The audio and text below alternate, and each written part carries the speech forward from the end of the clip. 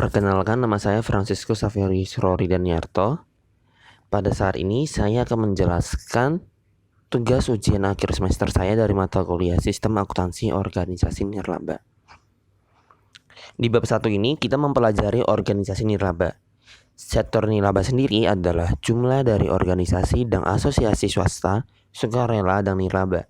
Ini menggambarkan satu set organisasi dan kegiatan di sebelah kompleks kelembagaan pemerintah, negara, atau sektor publik di satu sisi, dan sektor keuntungan atau sektor bisnis di sisi lain, kadang-kadang disebut sebagai sektor ketiga.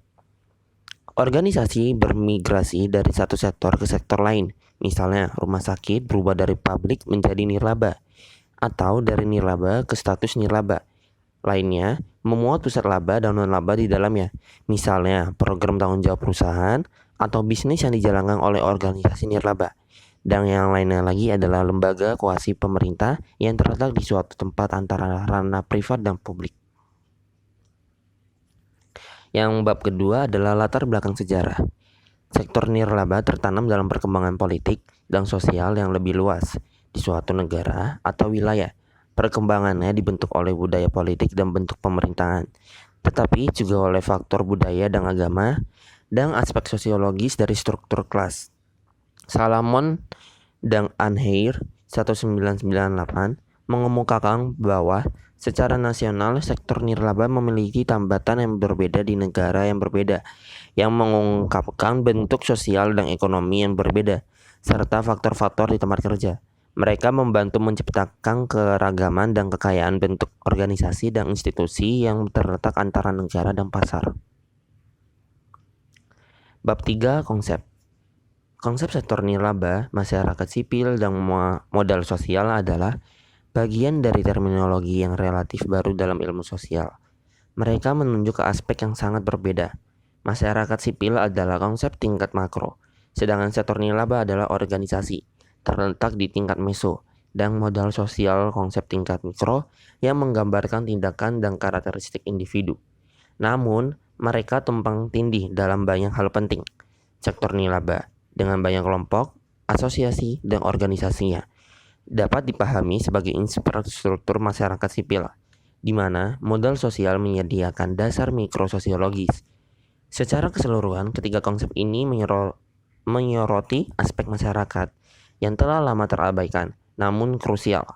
Pemerintahan yang berfungsi dan ekonomi yang berfungsi membutuhkan masyarakat sipil yang kuat untuk memungkinkannya. Di bab keempat ini, intisar menyajikan tinjauan umum tentang ukuran, komposisi, struktur pendapatan, dan peran sektor nirlaba di Amerika Serikat. Bab ini juga mempertimbangkan tempat sektor nirlaba dalam ekonomi campuran kesejahteraan.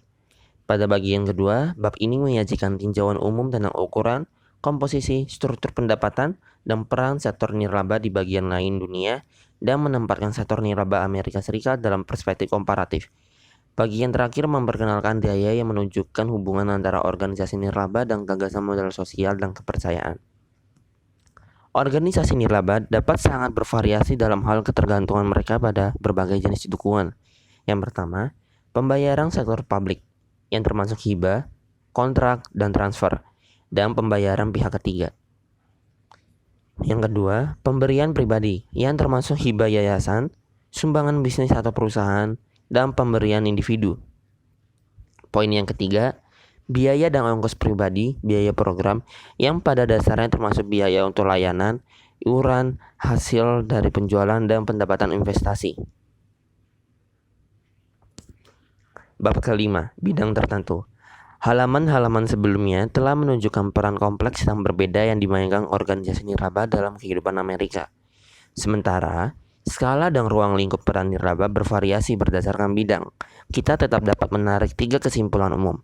Yang pertama, di bidang penyediaan layanan kesehatan, layanan sosial, pendidikan, perumahan, sektor ini merupakan bagian dari kemitraan publik swasta yang bertumpu pada gagasan pemerintah pihak ketiga. Yang kedua, bidang-bidang yang terutama terkait dengan advokasi, sektor ini menemukan dirinya dekat dengan arena pembuatan kebijakan dengan organisasinya di aliansi koalisi yang berbeda satu sama lain dan pemerintah. Ketiga, Sektor nirlaba mengalami lingkungan ekonomi dan kebijakan yang berubah dengan cepat yang menantang banyak organisasi layanan kesehatan dan sosial khususnya. Bab 6. Pendekatan teoritis. Bab ini mengulas pendekatan teoritis utama untuk menjelaskan keberadaan organisasi nirlaba di ekonomi pasar. Ada dua aspek yang perlu ditekankan. Yang pertama, saling melengkapi dari pendekatan ekonomi mikro adalah kekuatan besar dari bidang teori nirlaba. Secara umum, tugas utama berikutnya adalah menghasilkan teori-teori yang tidak hanya menjelaskan keberadaan nirlaba, tetapi juga perilaku, dampak, dan siklus hidup mereka. Namun, sebelum kita melihat perilaku organisasi, kita harus secara singkat menyebutkan aspek penting kedua dari teori yang disajikan dalam bab ini. Kesederhanaan. Kita harus ingat bahwa semua teori ilmu sosial adalah abstraksi dan karena itu penyederhanaan realitas. Memang, kekirian yaitu kapasitas untuk menjelaskan karakteristik penting dari suatu fenomena secara sederhana adalah tanda utama kualitas dalam teori.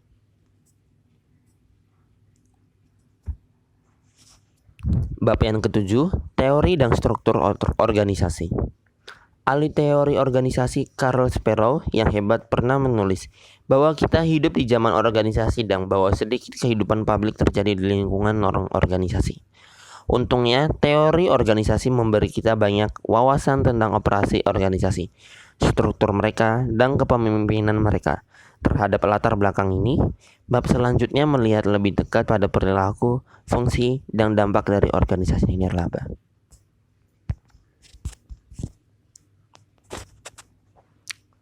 Bab ke-8, perilaku dan kinerja nirlaba. Dalam bab ini, perilaku organisasi dari organisasi nirlaba dan menyoroti di antara aspek-aspek lainnya, pentingnya nilai-nilai, yaitu ada agama, politik, kemanusiaan, dan moral, sebagai fitur berbeda dari banyak organisasi nirlaba, meskipun tidak semua. Seberapa jauh mereka mempengaruhi perilaku organisasi bervariasi, tetapi keberadaan nilai-nilai yang signifikan menyiratkan, paling tidak, hubungan sarana tujuan yang lebih kompleks antara tujuan operasional dan tujuan akhir. Memang nilai ini bisa memungkinkan atau menahan, melindungi atau mengingat, memimpin atau menyesatkan, menyegarkan atau mengganggu. Kehadiran berbagai pemangku kepentingan, pengawas, staf, sukarelawan, anggota, pengguna, klien, lembaga, negara, dan lain-lain bergabung dengan basis nilai nirlaba untuk menjadikan organisasi yang inherent secara politis. Terlebih lagi, kinerja seringkali sulit diukur, meskipun banyak kemajuan telah dibuat dalam beberapa tahun terakhir. Bab ke-9. Menyerahkan kembali organisasi nirlaba. Organisasi nirlaba berada dari bentuk organisasi lainnya karena struktur pendapatan mereka mencakup aliran pendapatan yang berbeda dari berbagai sumber, dan juga dalam hal sumber daya manusianya, termasuk staf yang dibayar maupun yang tidak dibayar. Mengelola dan mengawasi sumber daya ini dan alokasi mereka dalam melanjutkan misi organisasi adalah tugas Dewan dan Manajemen Organisasi, topik yang akan kita bahas selanjutnya. Bab 10, ada stakeholder, tata kelola, dan akuntabilitas. Tuntutan untuk tata kelola yang lebih baik dan akuntabilitas yang lebih besar telah meningkat secara signifikan dalam beberapa tahun terakhir. Sebagian karena semakin pentingnya sektor nirlaba di banyak negara. Pada saat yang sama, skandal telah mengguncang dunia bisnis, pemerintahan, dan sektor nirlaba, dan merusak kepercayaan publik di banyak lembaga. Contoh-contoh penting termasuk bencana Enron tahun 2002, skandal reksadana, dan praktik korupsi yang sangat dipublikasikan di pemerintahan, baik itu di tingkat lokal atau pemerintah federal. Penting untuk mengingat salah satu paradoks masyarakat modern. Tidak begitu banyak kasus bahwa organisasi nirlaba, bisnis, dan pemerintah menjadi lebih rentan terhadap akuntabilitas dan kegagalan tata kelola daripada di masa lalu. Kemungkinan besar yang terjadi adalah sebaliknya. Dan bahkan jika sulit untuk memberikan bukti yang meyakinkan tentang hal ini, orang dapat berasumsi bahwa pemerintah saat ini, bisnis dan nirlaba agak lebih dapat diandalkan dan dapat dipercaya daripada 100, 50, atau 25 tahun yang lalu. Bab 11. Manajemen yang pertama adalah model. Multiplisitas adalah tanda tangan organisasi nirlaba. Tantangan bagi manajemen kemudian adalah untuk mengembangkan model yang mengidentifikasi komponen-komponen ini, budaya mereka, tujuan dan prosedur operasi dalam upaya untuk membangun beberapa koherensi dan identitas antara misi, kegiatan, dan hasil. Apa implikasi dari diskusi ini dalam konteks perkembangan saat ini? Penjelasan lengkapnya tentang implikasi yang mengikuti dari pendekatan yang disarankan di sini berada di luar cakupan bab ini. Meskipun demikian, dua implikasi teoritis dan yang terkait dengan manajemen terlihat sangat jelas.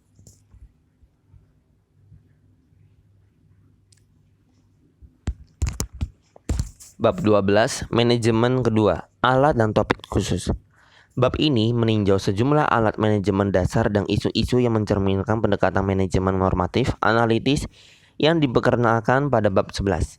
Lebih khusus lagi, bab ini membahas manajemen sumber daya manusia dan manajemen strategis, menyajikan sejumlah teknik perencanaan yang sesuai untuk nirlaba, dan menyimpulkan dengan gambaran singkat tentang manajemen keuangan, rencana bisnis, dan pemasaran.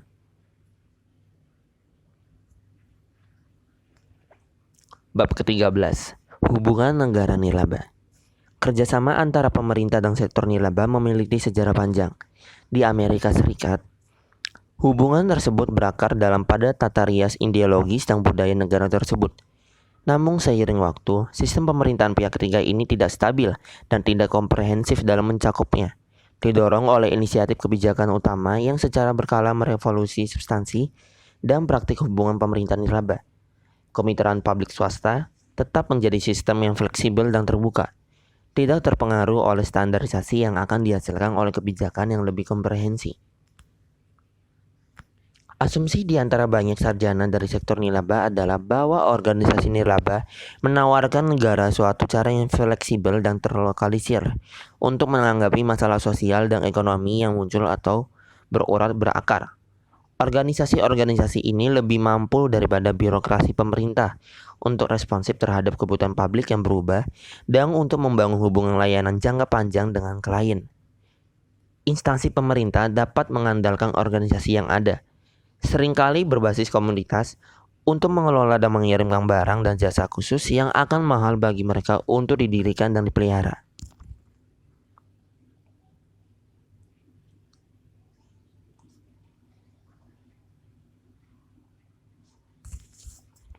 Bab ke-14, yayasan.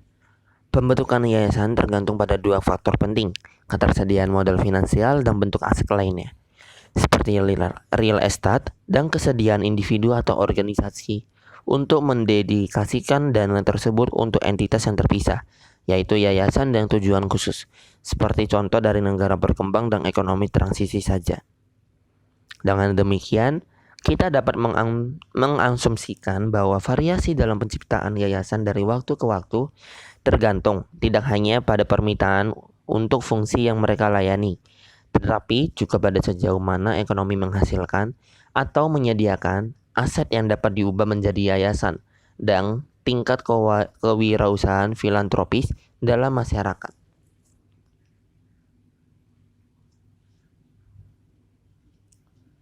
Bab ke-15, masalah internasional dan globalisasi. Bab ini membahas internasionalisasi sektor nirlaba dalam konteks globalisasi dan mengeksplorasi beberapa alasan untuk ekspansi signifikan dari kegiatan lintas batas. Selanjutnya, bab ini berfokus pada pengelolaan organisasi non-pemerintah internasional dan jenis nirlaba lainnya yang beroperasi lintas batas. Bab ini juga membahas implikasi dari globalisasi dan kegiatan lintas batas di bidang pemberian layanan, bantuan kemanusiaan,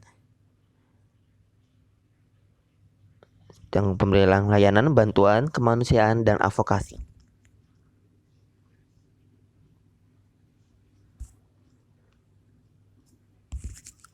Bab 16, masalah dan perkembangan kebijakan. Organisasi nirlaba dan sektor nirlaba secara lebih umum adalah bagian dari transisi ganda yang kompleks dari masyarakat industri ke masyarakat pasca industri dan dari negara nasional ke rezim kebijakan transnasional. Transisi ini menunjukkan awal dari dialog kebijakan baru dalam menyikapi peran masa depan dari organisasi nirlaba dan melibatkan dua perspektif luas yang telah menjadi menonjol dalam beberapa tahun terakhir. Di satu sisi, nirlaba semakin menjadi bagian dari manajemen publik baru dan ekonomi campuran, kesejahteraan, dan di sisi lain mereka dipandang sebagai pusat pendekatan masyarakat sipil modal sosial, khususnya penekanan neotokoefilan pada hubungan antara modal sosial dan partisipasi dalam asosiasi sukarela.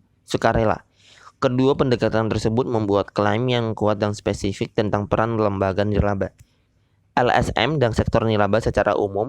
Keduanya menempati posisi kunci dalam debat kebijakan saat ini. Keduanya memiliki implikasi besar bagi masa depan nirlaba, dan keduanya pada akhirnya bisa menjadi serangkaian yang sangat kontradiktif yang mendorong dan menarik lembaga-lembaga ini ke arah yang sangat berbeda.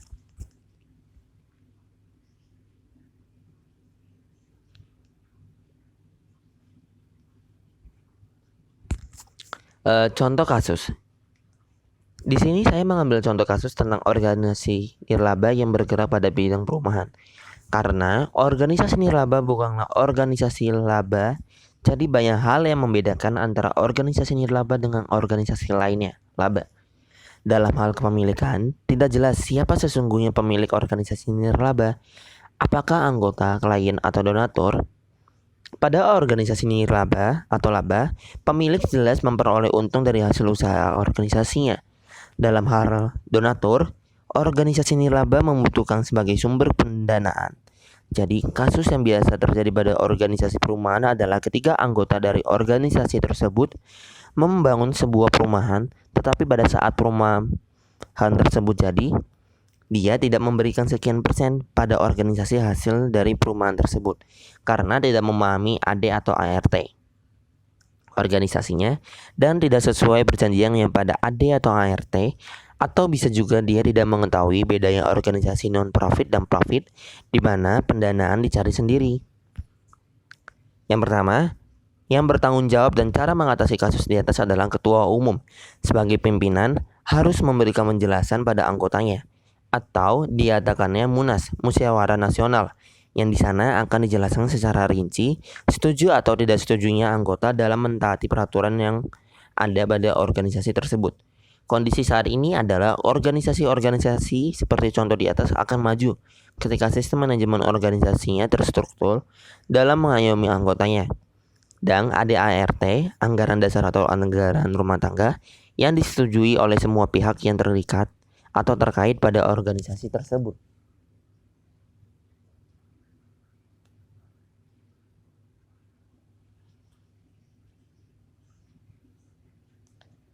Sekian presentasi dari saya.